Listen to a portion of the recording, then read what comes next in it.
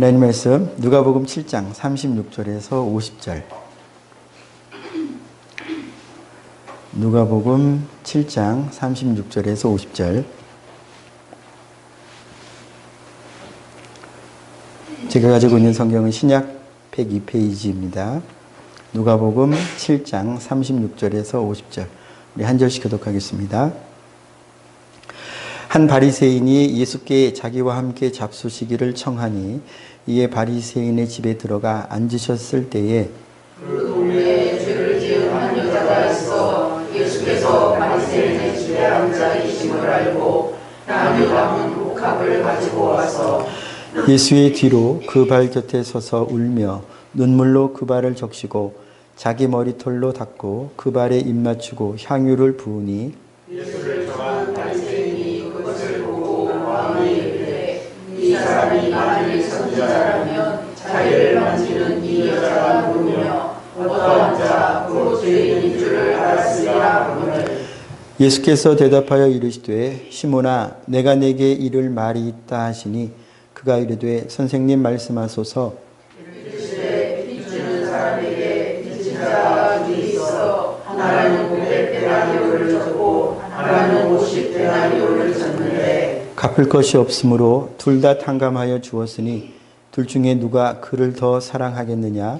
시몬이 대답하여 이르되 내 생각에는 많이 탕감함을 받은 자니이다. 이르시되 내 판단이 그러하 하시고 그 여자를 돌아보시며 시몬에게 이르시되 이 여자를 보느냐? 내가 내 집에 들어올 때 너는 내게 발 씻을 물도 주지 아니하였으되 이 여자는 눈물로 내 발을 적시고 그 머리털로 닦았으며 너는 내게 입 맞추지 아니하였으되 그는 내가 들어올 때부터 내 발에 입 맞추기를 그치지 아니하였으며 너는 내 머리에 감람유도 붓지 아니하였으되 그는 향유를 내 발에 부었느니라. 이러므로 내가 너에게 말하노니 그의 많은 죄가 사하여졌도다. 이는 그의 사랑함이 많으니라. 사함을 받은 일이 적은 자는 적게 사랑하느니라. 이에 여자에게 이르시되 내 죄 사함을 받았느니라 하시니 함께 앉아있는 자들이 속으로 말하되 네가 누구이기에 죄로 사하는가 하더라. 50절 함께 읽습니다. 예수께서 여자에게 이르시되 내 믿음이 너를 구원하였으니 평안히 가라 하시니라. 아멘. 오늘 읽은 말씀 가지고 사랑, 용서, 사랑이라는 제목으로 하나님의 말씀을 함께 잠시 나누겠는데요. 말씀 듣기 앞서 우리 앞뒤 좌우에 계신 분들께 한 번 더 반갑게 인사하겠습니다. 은혜 받으세요. 은혜 받으세요. 은혜 받으세요. 은혜 받으세요. 은혜 받으세요. 추석 잘 세셨습니까? 네. 건강한 모습으로 뵈니까 너무 감사합니다.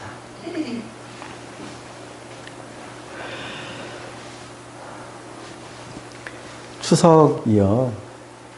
이제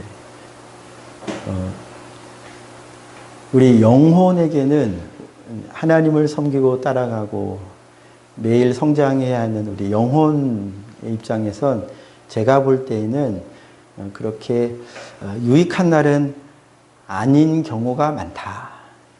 제가 볼 때 그렇습니다. 왜 그러느냐? 저도 이번 추석 때 저희 모임 기도, 새벽 기도 안 했잖아요. 물론 개인 하루의 첫 시간을 하나님께 드리는 것은 했습니다만 이렇게 시간이 정해져서 새벽에 예배 형식을 딱 갖추어서 강단에 서고 말씀을 전하고 이렇게 해서 이건 내 느낌이니까 이건 정확하지 않을 수 있습니다. 그럴 때 제가 얻는 그날의 힘하고 개인 시간을 가져서 얻는 힘하고는 차이가 있는 것 같아요. 그리고 이 게을러진다고 해야 할까요? 이제 시간을 내서 성경을 읽었던 것이 평소에는 이렇게 저희가 일정이 거의 비슷하기 때문에 읽을 수 있는데 추석에는 아무래도 좀 더 외부 활동이나 그렇게 하지 못할 수 있는 환경이 되기 때문에 자칫 잘못하면 성경 읽는 것도 힘들어지고 기도하는 것도 힘들어지고 말씀을 읽는 것도 힘들어지고 이런 것들이 성경 말씀 기도 이것이 우리의 삶이 하나님의 말씀에 이렇게 딱 서가지고 이렇게 움직여 갈 수 있도록 하는 이 공급원이 되는 그런 시간인데 이렇게 힘을 공급해 줄 수 있는 시간이 아무래도 작아지면 우리의 영적인 내면의 이 힘도 아무래도 작아지고 그런 측면에서 추석은 우리 영혼에게는 그렇게 플러스이기는 쉽지 않다. 그러나 성장하신 분들은 스스로 얼마든지 자가 발전할 수 있습니다. 저도 근데 그게 잘 안 돼요. 그래서 제가 목사인 게 저에게는 큰 은혜입니다. 인간적으로 볼 때는 어쩔 수 없이 설교해야 되고 어쩔 수 없이 기도해야 되고 어쩔 수 없이 성경 읽어야 되고 어쩔 수 없이 전도해야 되고 이런 어쩔 수 없이 해야 하는 것이 이게 제가 가끔 멀리 서서 보면 야, 이것 때문에 내가 사는구나. 하나님 저 목사로 불러주셔서 너무 감사합니다. 저 혼자 잘 믿어보라고 내버려 두셨으면 틀림없이 지금 이 시간 세상 어디 빠져가지고 놀 텐데 그런 측면에서 이런 명절들이나 혹은 휴가가 저에게는 개인적으로 투쟁의 시간이 돼요. 영적인 싸움이 있는 시간이 됩니다. 힘써서 기도해야 되고 더 힘써서 성경 읽어야 되고 자칫 잘못하면 그냥 더 자고 자칫 잘못하면 그냥 성경 패스. 그게 되기가 쉽더라고요. 제가 저의 경우를 들어서 이제 말씀을 드렸는데 그래서 이제 저희 성도님들 이런 시간들 나에게 놀 수 있는 시간이 주어졌을 때 그때 스스로는 더 힘을 내서 믿음 빼앗기지 않도록 즐겁게 노시되 재미있게 교제하시되 그러나 믿음 깨어지지 않고 빼앗기지 않도록 또 힘써 주시기를 부탁을 드리겠습니다. 그런 시절이 저희 며칠 전에 있었습니다. 지금 다 어떠세요? 튼튼하셔요? 튼튼하신 것 같아서 감사합니다. 오늘 말씀 기도 찬양이 여러분들을 살리는 하나님의 은혜의 통로가 됩니다. 하나님께서는 거룩하게 하시는 하나님 이걸 성경에 보니까 모였을 때 우리에게 베풀어 주셔요. 그래서 모여서 찬양하고 기도하고 하는 것이 진짜 너무 중요하고 필요합니다. 자, 말씀으로 들어와서요. 제목부터 볼까요? 사랑, 용서, 사랑. 왜 제가 사랑을 뒤, 용서를 사이에 두고 이렇게 했냐면요. 앞에 있는 사랑은 하나님 사랑을 의미하는 거예요. 그 다음에 뒤에 있는 사랑은 그럼 어떤 사랑을 의미하는 걸까요? 네, 이웃사랑, 사람 사랑. 우리 안에 우리가 가지는 사랑이에요. 하나님이 우리를 사랑하셨기 때문에 우리를 예수님의 십자가의 죽으심의 공로를 통해서 우리를 용서하셨어요. 다르게 표현해 볼까요? 용납하셨어요. 우리를 받아들이셨어요. 용서라고 하는 말하고요. 성경에서 죄사함이라고 하는 말은 똑같아요. 원어가 똑같아요. 죄사함은 하나님이 우리에게 하시는 것, 용서는 우리끼리 하는 것, 이렇게 생각하지 마시고요. 죄사함이나 용서는 전부 다 나에게 잘못한 그 대상을 내가 용서하는 것이고 그 사람이 나의 잘못한 그 잘못을 내가 사해 주는 거예요. 괜찮아. 우리 한번 해볼까요? 옆에 계신 분들에게 얼굴 보면서 번갈아 가면서 한번 말씀해 주세요. 괜찮습니다. 네, 괜찮습니다. 한번 괜찮습니다. 괜찮아요. 그렇게 나에게 했지만 난 괜찮습니다. 지금 당장 괜찮지 않아도 괜찮아지게 되는 게 바로 용서하는 거예요. 용서는 하나님이 우리를 받으실 때 첫 번째로 하시는 거예요. 하나님이 우리를 용납하시기 위하여 우리를 품으시기 위하여 우리를 자녀 삼으실 때 맨 처음 하셔야만 했던 거예요. 우리를 용납하실 수 없으면 우리를 자녀 삼으실 수가 없는 거예요.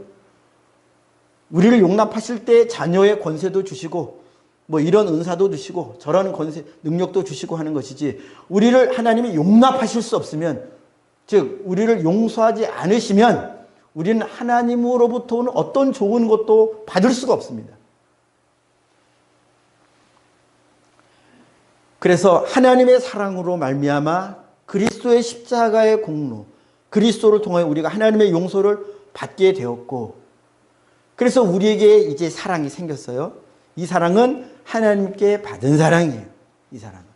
이 사랑이 우리의 사랑, 나의 사랑이 되어서 이 사랑으로 내가 내 영혼을 사랑하거나, 내가 받은 하나님의 사랑으로 이제 내 옆에 있는 아내, 남편, 자녀, 부모, 친구, 이웃, 이 범위가 넓어지는 거예요. 어디까지 넓어지냐? 어디까지 넓어져야 될까요? 자, 가족에서 끝나야 됩니까? 내 안에 있는 사랑은? 친구까지 가면 거기면은 만족합니까? 저 여러분들 안에 있는 주님의 사랑은? 아니, 우리나라 사람 정도. 내가 복음은 우리나라 사람 정도까지는 내가 전할 수 있다. 거기까지면 주님의 사랑이 온전한 것입니까? 자, 주님의 사랑, 저 여러분들 안에 주님의 사랑이 있다고 했을 때 이 사랑은 어디까지 갈 수 있습니까? 네? 무한정. 맞아요. 그래서 원수까지 갈 수 있는 거예요. 무한정 갈 수 있는 거예요. 무한대입니다. 마태복음 18장에서 용서는 무한히 할 수 있는 거예요. 그런데 내 용서는 무한히 안 돼요. 여러분들이 경험하셔서 아시지만 내가 성령으로 말미암아 지금 주님의 은혜로 말미암아 충만해 있지 않으면 그 충만함이 잦아들어 있는 만큼 내가 누군가를 용서하고자 할 때는 이제 내 힘으로 용서를 해야 되는데 이게 잘 안 돼요.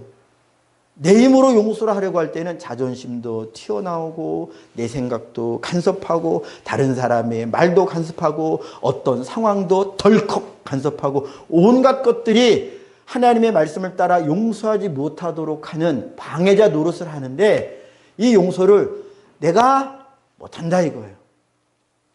하려고 해도 안 돼요. 했지만 나만 억울한 거예요. 이건 온전한 용서가 아니에요. 하나님이 우리를 용서하신 그 용서가 우리 안에 커질수록 그 사랑은 무한정한 거죠.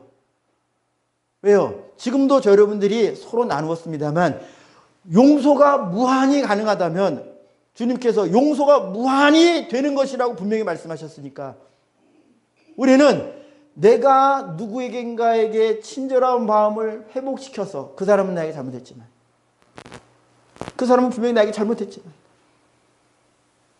마치 그 사람이 나에게 잘못을 하나도 저지르지 않은 것처럼 내가 친절하게 대할 수 있고 내가 그 사람의 영혼을 위하여 기도해 줄 수 있는 것은 내 안에 용서가 이루어졌기 때문에 되는 거예요. 혹은 이런 기도를 통해서 주님의 용서가 여러분들에게 부어져요.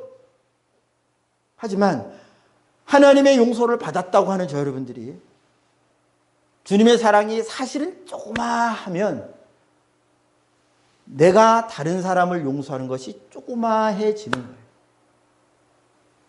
오늘 말씀으로 들어오겠습니다. 자, 오늘 읽은 말씀 가운데에서 크게 이제 세 등장인물을 볼 수 있는데요. 한 등장인물은 바리새인입니다. 한 등장인물은 예수님이에요. 한 등장인물은 여인입니다. 자, 바리새인은 어떤 특징을 가지고 있죠? 바리새인은 우리 36절 봅니다. 한 바리새인이 예수께 자기와 함께 잡수시기를 청하니 예수님을 청했어요. 자, 바리새인은 어떤 특징을 가지고 있는가? 우리 한번 오늘 말씀을 책갈피를 해두고요. 마태복음 23장을 한번 찾아가 보겠습니다.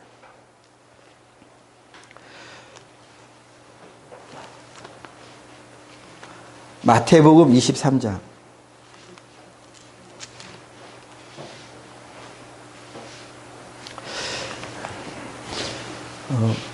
오늘 말씀을 한 번에 다 할 수 없습니다. 설교를 나누어서 하겠습니다. 그래서 오늘은 바리새인 먼저 살펴보도록 하겠습니다. 바리새인이 예수님을 청해서 예수님을 자기 집에 모셔드렸습니다. 자, 그런데 이 바리새인에 대하여 오늘 제가 읽은 말씀에서는 바리새인이 어떠한 사람인지에 대해서는 아직 36절에서는 아직 몰라요. 뒤에 나옵니다만 일단 성경이 그리고 예수님이 바리새인의 특징적 모습을 이렇게 쭉 설명을 하셨습니다. 23장에 마태복음 23장에 그것이 나오는데요. 이제 23장을 우리가 여러 군데를 보면서 오늘 예수님을 청한 이 바리새인은 아마도 이런 특징을 많이 가졌겠구나. 전부 가졌든지 조금 가졌든지 분명히 이런 특징들이 있는 사람인 거예요. 자, 23장 봅니다. 2절에 보면요. 서기관들과 바리새인들이 모세의 자리에 앉았으니 어떤 특징을 가지고 있습니까? 모세의 자리에 앉았다고 하는 것은 말씀을 많이 한다, 조금 한다? 말씀을 많이 한다. 성경을 많이 한다. 교리를 많이 한다. 신학 지식이 많다. 예. 지식적으로 굉장히 높은 수준에 있는 사람이에요. 자, 이것이 바리새인의 특징입니다. 거의 모든 바리새인이 성경 지식에 있어서 아주 해박했습니다. 그런데 3절 봅니다. 그들에 관하여 예수님께서 우리가 바리새인을, 예수님의 제자들이 바리새인을 대할 때는 약간 좀 이중적인 태도라고 해야 할까요? 좀 이렇게 이거는 이거, 저거는 저거 이렇게 달리 보도록, 바리새인을 대하지 않을 수는 없어요. 바리새인과 삶을 같이 살지 않을 수는 없어요. 바리새인도 유대인이고 제자들도 유대인이에요. 성전에 가면 만나요. 회당에 가도 만나요. 모일 때 만난다 이거예요. 그리고 바리새인들에게 말씀을 전할 수 있는 많은 권세들이 있었기 때문에, 여러 기회들이 있었기 때문에 하나님의 백성들이라고 할지라도 바리새인들을 통하여 율법의 말씀을 강해받는 그런 시간을 가질 수밖에 없었어요. 그래서 하나님의 백성들은 바리새인을 대할 때 약간 좀 이런 이중적인 관점을 동시에 가지고 대하라고 하시는데 별로 좋은 의미는 아니에요. 자, 3절 우리 같이 읽어볼까요? 시작. 그러므로 무엇이든지 그들이 말하는 바는 행하고 지키되 그들이 하는 행동은 본받지 말라. 그들은 말만 하고 행하지 아니하며. 바리새인의 특징이요. 아는 건 많으니까 말할 게 많은 거예요. 그래서 오늘 저희가 읽은 본문, 누가복음 본문에서도 아는 게 많아요. 어떻게 많이 아느냐? 선지자는 이런 능력이 있다. 성경을 많이 읽었기 때문에 엘리야가 가진 능력, 엘리사가 가진 능력, 아이야가 가진 능력, 이런 선지자들이 가졌던 초자연적인 성령의 능력들을 읽어서 선지자라면 이렇게 자기 앞에 나온 사람이 누군지 알아보네. 그러면서 이런 성경 지식이 있었기 때문에 예수님도 판단합니다. 뭐라고 판단하느냐? 이따가 보겠습니다만, 자기에게 온 저 여인이 죄인인지 아닌지쯤은 알겠지. 죄인이니까 어떻게 대해야겠지라고 바리새인이 예수님을 판단을 해요. 미리 딱 어떻게 해야 할 것을 미리 규정짓습니다. 어쨌든 다시 마태복음입니다. 바리새인은 행함은 없고 뭐만 있다? 말만. 근데 그 말은 옳은 말이에요? 틀린 말이에요? 옳은 말이에요. 옳은 말. 이게 무서운 거예요. 바리새인이. 말은 옳은 말을 한다 이것입니다. 저처럼 설교를 할 때 누가 성도님들에게 우리 도둑질을 합시다. 우리는 세상과 싸워야 됩니다. 물론 세상과 싸워야 돼요. 이건 영적인 의미입니다. 영적으로 싸우는 것이지 사람들과 멱살잡이 하는 것은 이것은 주님의 말씀을 모르는 거예요. 주님을 모르는 겁니다. 어쨌든 이렇게 틀린 말을 안 해요. 간음해야 합니다. 도둑질을 해야 합니다. 살인해야 합니다. 이렇게 말씀을 정면으로 위배해서 가르치는 사람은 아무도 없어요. 바리새인도 그렇다 이것입니다. 바리새인들이 말을 할 때는요, 회의 자리에서든 백성들 앞에서 가르치는 자리에서 말하든지 간에 그 말은 맞다 이것입니다. 맞다. 그래서 예수님도 뭐라고 하셨어요? 그들이 말하는 바는 어떻게 하라고요? 따라 행하라고 그랬어요. 따라 행하라고 그랬어요. 이게 우리로서는 조금 이상할 수 있겠지만 그러나 우리는 받아들여야 됩니다. 자, 우리가 신앙생활 하면서 저 목사님 이런저런 부족함, 저런 잘못한 거 내가 뻔히 알고 있어. 이게 설교가 은혜가 안 되네. 은혜가 안 돼. 내가 저분이 저렇게 잘못하는 거, 잘못 생각하고 있는 거, 내가 아는데 설교가 은혜가 안 되네. 이게 바른 태도인 거야, 아닌가요? 아니에요. 다시 3절 보면요. 예수님이 바리새인의 정체에 대하여 분명히 말씀을 하셨음에도 불구하고 그들이 모세의 자리에 앉아서, 즉 가르치는 자로서 하는 말은 옳은 말은 하는 거기 때문에 그 말은 들으라고 하셨어요. 그 말을 거절하지 말라. 당신이 틀렸으니까 당신의 속이 아주 못된 마음을 품고 있으면서 왜 강단에 서서는 오르는 것처럼 거룩한 것처럼 그렇게 말합니까? 앉아서 목사님을 판단하고, 앉아서 나를 가르치는 선생님을 판단하고, 앉아서 나를 가르치는 구역장을 판단하고 할 것이 아니라 그 말은 듣고 따라가라는 거예요. 다만 그 행동은 본받지 말라. 어떤 행동? 말만 하고 말하는 것으로 행하지 않아요. 특별히 어떤 점을 예수님께서 바리새인의 특징적인 모습으로 했냐면, 자, 4절에도 보면 무거운 짐을 묶어 사람의 어깨에 지우되, 이게 율법으로 뭘 하면 됩니다, 뭘 해야 합니다, 뭘 하면 안 됩니다, 이걸 율법의 조항을 가지고 쭉 하나님의 백성들에게 이야기해 주는 거예요. 이걸 지켜야 된다고. 그런데 그 율법에 매여가지고 막 신앙생활이 힘들어 죽겠는 이들에게 참 자유는 맛볼 수 있도록 하질 못해요. 바리새인.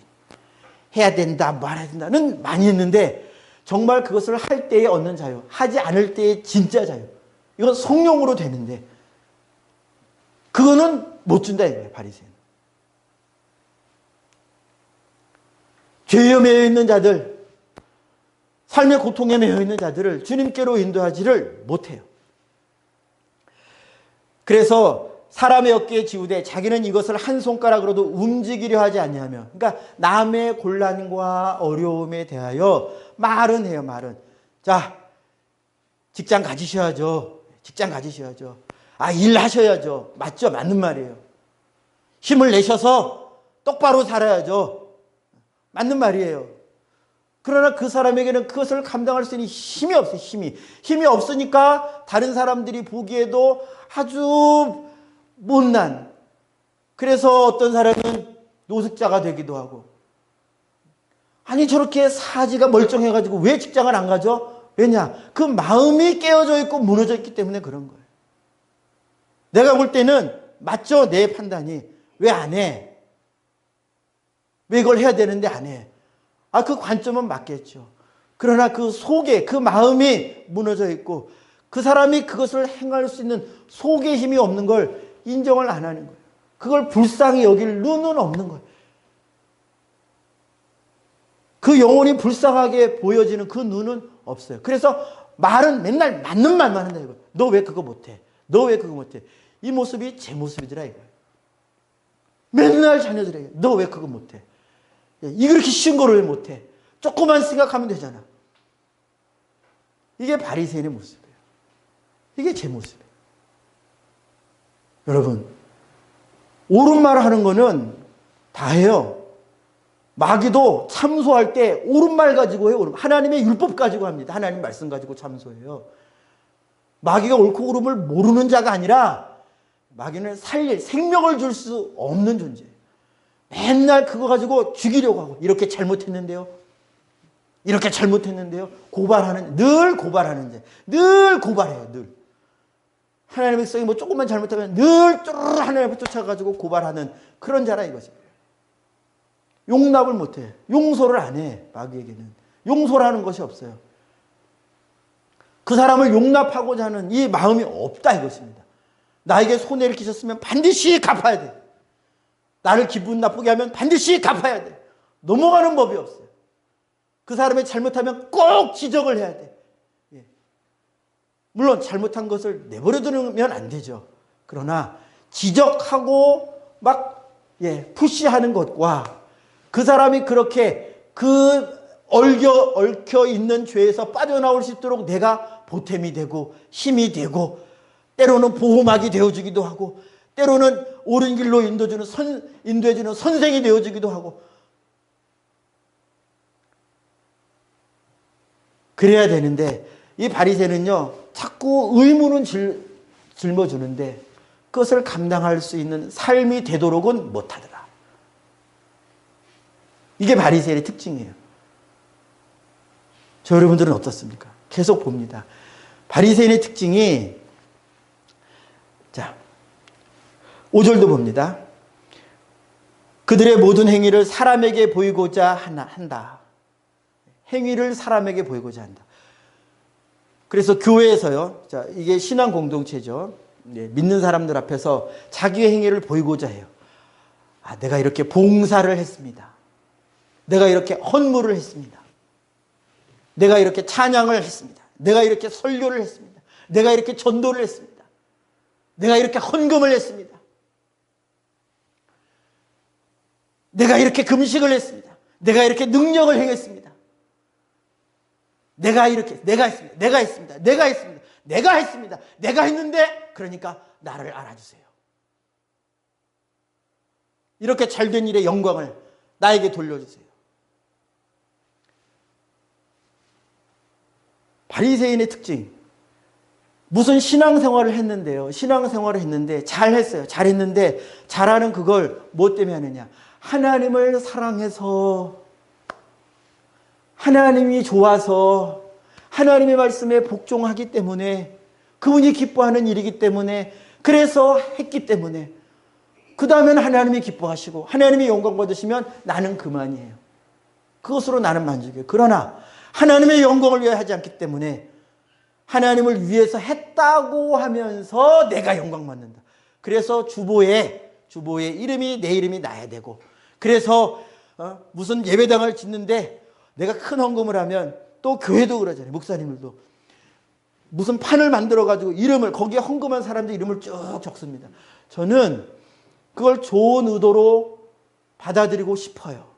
그런 의도가 있었을 수도 있겠어요. 그러나 하나님의 말씀을 읽으면 읽을수록 그거는 주님이 기뻐하시는 일이 아니다라는 생각만 더 들어요.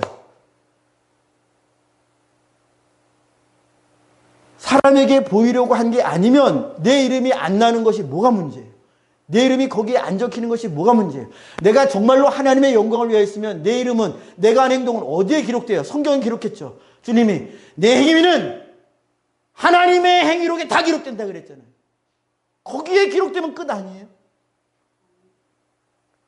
내 이름이 하나님의 생명책에 기록되면 만족 아니에요? 만족하지 못해요? 그게 만족이 안 돼요? 그건 그거고, 땅에서도 내 이름이 기록이 돼야 돼요? 여러분, 그래야 돼요? 바리새인이 그랬다 이거예요. 바리새인. 사람에게 보이려고. 그래서 누가복음에 예수님 말씀하셨죠. 바리새인의 특징 거기서도 나옵니다. 두 사람이 기도하러 갔어요. 성전에 똑같이 갔는데, 똑같이 예수님을 만나는 자리예요. 이 여인처럼. 그런데 바리새인은 같이 온 세리에 대하여 손가락질하고 업신여기고 자기가 잘한 것을 공표를 합니다. 나는 일주일에 2번을 금식을 하고요. 11조를 내고요. 공표를 해요.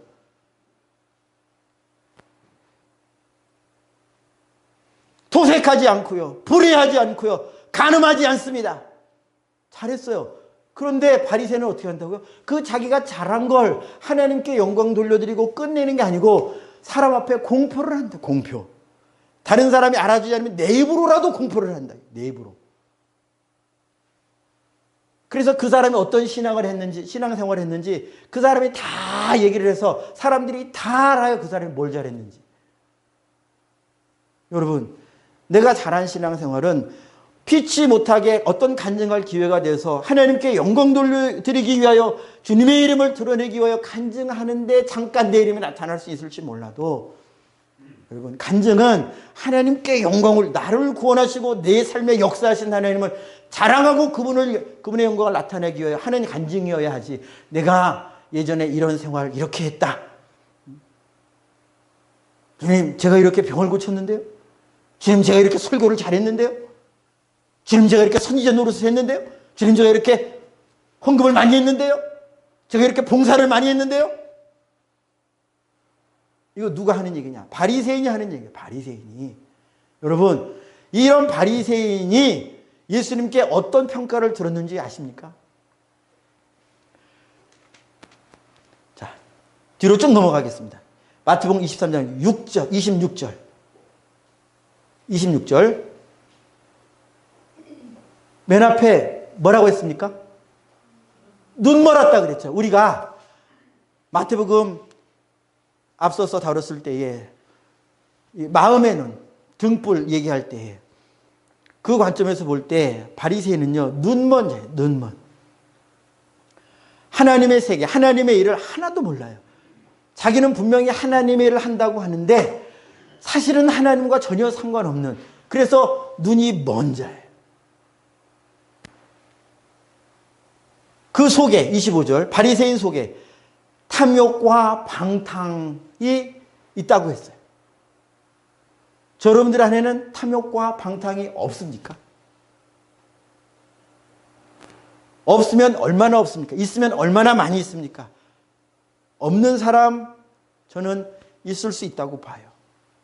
주님이 분명히 마음이 깨끗한 자는, 심령이 깨끗한 자는 하나님을 본다고 하셨으니까 분명히 마음이 그렇게, 마음의 방탕도 다 깨끗하게 되고, 탐욕도 다 잦아들 대로 잦아들고 깎여나갈 대로 깎여나가져서 더 이상 그게 말 한마디 못 될 만큼 그렇게 깨끗하게 된 자 우리가 되어야 되죠. 그러나 보통의 경우에는 정도의 차이는 있을지언정 저는 여러분들 안에 방탕도 어느 모양을, 탐욕도 어느 만큼의 소위 자기 지분을 가지고 있을 것 같아요. 제가 저를 볼 때, 제가 저의 말과 행동과 마음 씀씀이를 볼 때, 성경으로 볼 때, 저에게는 방탕이 있고 탐욕도 있어요. 이게 왕노릇 못하도록 하는 게 우리에게 필요한데, 그러나 바리새인들은요, 자기 안에 이것이 가득하면서도 겉으로는 아닌 척 했다 이거예요. 아닌 척. 나는 탐욕이 없는 사람인 척. 나는 방탕이 없는 사람인 척 한다. 그래서 이 탐욕과 방탕을 은근히 다른 경로를 통해서 채워간다. 그리고 예수님의 무서운 판단입니다. 누구에게 대한? 바리새인의 판단. 자, 33절 우리 같이 읽겠습니다. 마태복음 23장 33절입니다. 23장 33절 바리새인에 대한 예수님의 판단이에요. 영적 판단입니다. 시작. 뱀들아, 독사의 새끼들아, 너희가 어떻게 지옥의 판결을 피하겠느냐. 아멘. 이 앞에 바리새인의 특징들이 쭉 많이 나왔습니다. 우리 한번 관심 있게 이것을 읽으면서 나에게는 혹시 이런 특성들이 숨어 있거나 드러나거나 작동하는 것이 있는가를 분명히 살펴보시고 찾아내시기를 바라요. 그래서 이것을 소유하고, 내면에 소유하고 온갖 것들이 있는데요. 대접받기를 좋아하고 여러 가지 이것들이 많이 있습니다. 이런 것들이 여러분들 안에 있으면 여러분들은 바리새인인 거예요. 인정이 되십니까?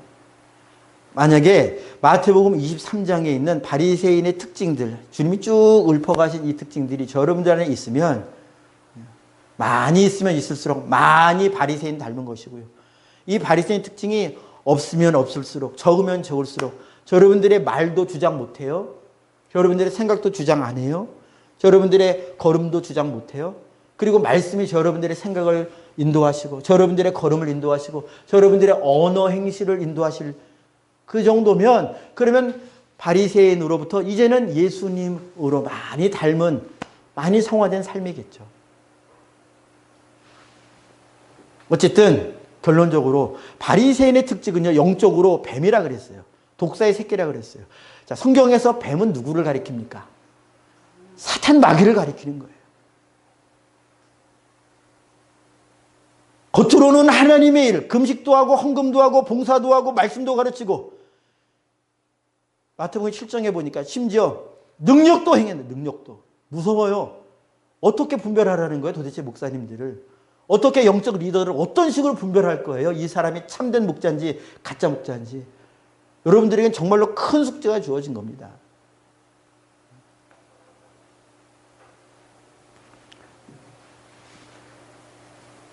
그러나 겉 사람이 아무리 종교적이고 목사의 직분을 다 잘 감당해도 주님이 그 속을 아시고, 그 속에 있는 것은요, 반드시 때가 되면 자기 모습을 드러낸다. 성도들을 속이면 가정에서 나타난다. 자녀에게, 아내에게, 남편에게, 친구에게, 어디 내 정체를 모르는, 아무도 모르는데 거기 가면 거기서 내 본 모습이 드러난다. 본 모습이. 숨어있던 내 모습이 다 드러난다. 마태복음 23장을 우리가 오늘 찬찬히 보진 않았지만 잘 보고요. 여러분들이 바리새인의 특성을 얼마큼 가지고 있는가, 즉 마귀의 특성을 얼마나 가지고 있는가를 한번 좀 가늠해 봤으면 좋겠어요. 이 내가 보이지 않으면 자꾸 설교를 들어도 이렇게 주님의 발을 씻어준 이 여인은 나. 여기에 그냥 대입을 하는 거예요. 내가 안 보이면.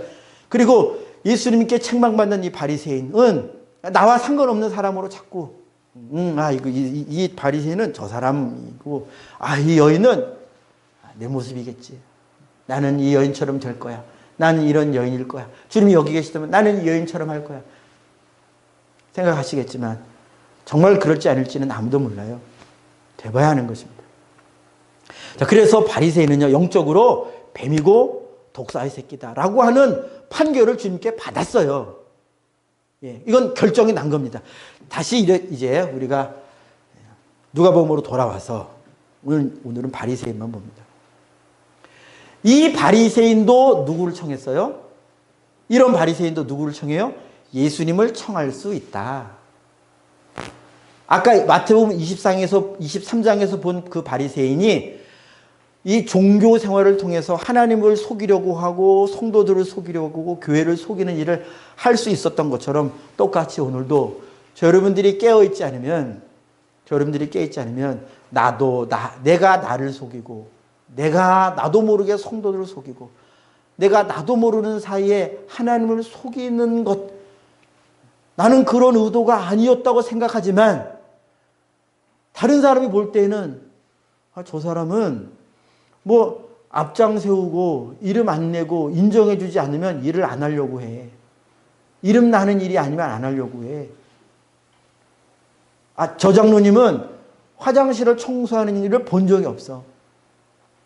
왜? 화장실은 장로가 어떻게 화장실을 청소해? 장로가 어떻게 설거지를 해? 장로가 어떻게 비를 쓸어? 이름 나는 거. 앞에 나와서 대표기도 하는 거. 이거는 장로의 일. 무슨 국을 맡아서 팀장이 되는 거. 이거 장로의 일. 그런데 목사님이 행여라도 권사님, 장로님, 성도님, 집사님 우리 저희를 좀 해주세요.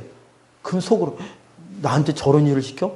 저거는 이제 막 믿은 성도에게나 시킬 일이 저렇게 폼도 안 나고 냄새나는 일을 나한테 시켜? 만약에 여러분들 상상을 해보세요. 이런 마음을 가졌다면 그 사람 안에는 지금 예수님이 말씀하신 그 마귀요 사탄이라고 독사의 새끼라고 일컬어지게 하는 그 영이 그 사람 안에 지금 주인 노릇하고 있는 거예요.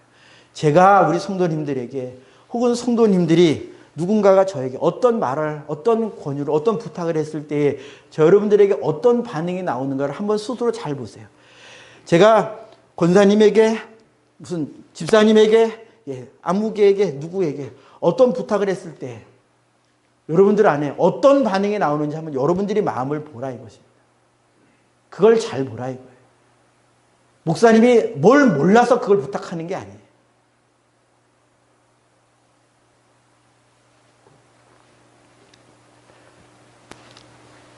바리새인은 그래서 아까도 마태복음에서 본 것처럼 남 판단 잘한다. 왜? 성경 지식이 많기 때문에.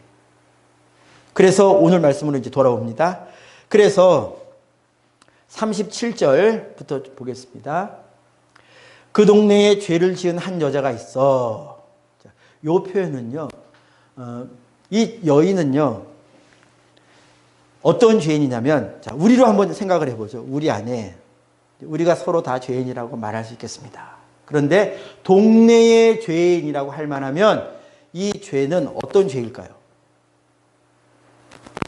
바리새인도 그 여자가 죄라는 걸 알았어요. 39절 하반절에 보니까 곧 죄인인 줄 이 여자가 누구며 어떠한 자 곧 죄인인 줄 알았으리라. 바리새인은 이 여자가 어떤 여인인지 알아요. 그 동네에 있고 그 죄는 어떤 죄였냐? 동네 사람들에게 다 밝혀진 죄를 지은 여인이었어요.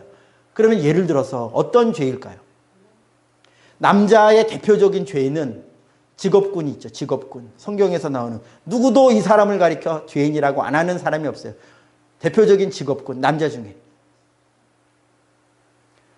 직업. 성경에 나오는 죄인 직업. 세리. 예수님이. 세리와 그 다음에 여자 직업. 이건 직업이라고 할 수 없겠죠.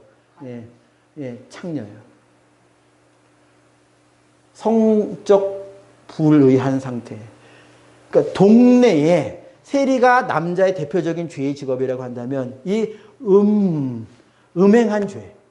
그러니까 이 여인은 동네 사방 사람들이 다 안 죄. 끌려 나와서 손가락질 당하고 죽을 뻔한 죄. 꼭 이 죄라고 단정 짓는 건 아닌데 동네 사람들이 다 죄라고 인정을 했고 성경에 보면 대표적인 죄의 직분이 세리 직분과 창녀의 직분이에요. 이걸 직이라고 말하기는 좀 애매합니다만 이들이 요한의 말을 듣고 더 먼저 바리새인 너희들보다 하나님 나라 들어간다고 하셨으니 이렇게 예수님도 언급하신 그리고 바리새인도 알아요. 죄인이에요. 물론 뭐 다른 사람의 돈을 사기친 죄인일 수도 있겠죠. 뭐 아니면 다른 사람을 뭐 상해를 끼친 그런 죄인일 수도 있겠죠. 그러나 우리가 그렇게 생각해 볼 수 있다. 그런데 이제 이 바리새인은 두 사람 다 판단을 합니다. 어떤 사람을 판단해요? 여인도 판단을 해요. 뭐라고 판단했어요? 죄인이라고 판단을 했죠. 그리고 거기에 선을 그었습니다. 딱 선을 그었어요. 이 여인과 나는 교제를 할 수 있는 사람이에요? 못하는 사람이에요? 바리새인 입장에서 교제를 못하는 사람이에요. 왜요? 너는 죄인이고 나는 의인이기 때문에 교제를 못하겠다는 거예요. 그리고 이 바리새인이 예수님을 판단합니다. 너 선지자라며. 너 선지자라며. 마음으로. 너 선지자라면 그러면은 당연히 이 여인이 어떤 죄를 지었는지 알겠지. 그러면 그 죄인에게 합당한 대우를 하겠지. 멀리하거나 너는 죄인이니까 가까이 오지 마라 하거나 뭔가 이 죄인을 대하는 태도 그건 자기의 태도겠죠. 자기. 바리새인인 자기가 그 여인을 대하는 태도와 똑같이 이 예수님도 그 사람을 대하리라고 생각하고 있었습니다. 이 생각은 어디에서 나온 생각이냐? 자기의 신앙 경륜에서 나온 생각이에요. 옳고 그름을 반듯하게 잘 아는 그 시시비비를 잘 아는 생각에서 나온 생각이에요. 시시비비를 잘 아는 그 옳고 그름으로 봤을 때 예수님은 저 여인을 나처럼 대하여야겠지. 이게 바리새인의 모습이었습니다. 자, 오늘 여기까지 말씀 전하는데요. 다음 주에는 여인의 모습을 살펴보도록 하겠습니다. 여기 이 바리새인 안에 우리가 마태복음을 보았습니다만 예수님에게나 죄를 지은 여인에게나 하나도 긍휼의 마음은 없다는 것을 우리는 발견하게 됩니다. 그리고 마태복음 23장에서 본 것처럼 이 사람의 특징, 굉장히 시시비비를 잘 가린다. 그리고 성경 지식이 많다. 이 자체는 죄가 아니에요. 절대 죄가 아니죠. 그러나 문제는 뭐냐? 문제는 뭐예요? 오늘 잠깐 언급하겠습니다.